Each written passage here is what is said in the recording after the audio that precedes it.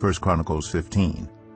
After David had constructed buildings for himself in the city of David, he prepared a place for the ark of God and pitched a tent for it.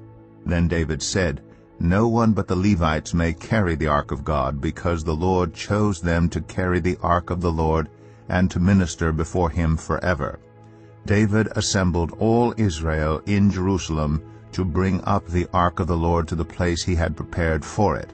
He called together the descendants of Aaron and the Levites. From the descendants of Kohath, Uriel, the leader, and 120 relatives. From the descendants of Merari, Azariah, the leader, and 220 relatives.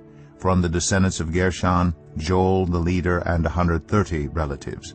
From the descendants of Elizaphan, Shemaiah, the leader, and 200 relatives. From the descendants of Hebron, Eliel, the leader, and 80 relatives. From the descendants of Uzziel, Aminadab, the leader, and 112 relatives. Then David summoned Zadok and Abiathar the priests, and Uriel, Azariah, Joel, Shemaiah, Eliel, and Aminadab the Levites. He said to them, "You are the heads of the Levitical families. You and your fellow Levites are to consecrate yourselves and bring up the ark of the Lord, the God of Israel, to the place I have prepared for it. It was because you, the Levites, did not bring it up the first time that the Lord our God broke out in anger against us. We did not inquire of him about how to do it in the prescribed way." So the priests and Levites consecrated themselves in order to bring up the ark of the Lord, the God of Israel. And the Levites carried the ark of God with the poles on their shoulders, as Moses had commanded, in accordance with the word of the Lord. David told the leaders of the Levites to appoint their fellow Levites as musicians to make a joyful sound with musical instruments, lyres, harps, and cymbals. So the Levites appointed Heman, son of Joel, from his relatives, Asaph, son of Berechiah, and from their relatives the Merarites, Ethan, son of Cushaiah, and with them their relatives next in rank, Zechariah, Jaziel, Shemiramoth, Jehiel, Unai, Eliab, Benaiah, Masaiah, Mattathiah, Eliphalehu, Mikneiah, Obed-Edom, and Jael, the gatekeepers. The musicians, Heman, Asaph, and Ethan, were to sound the bronze cymbals.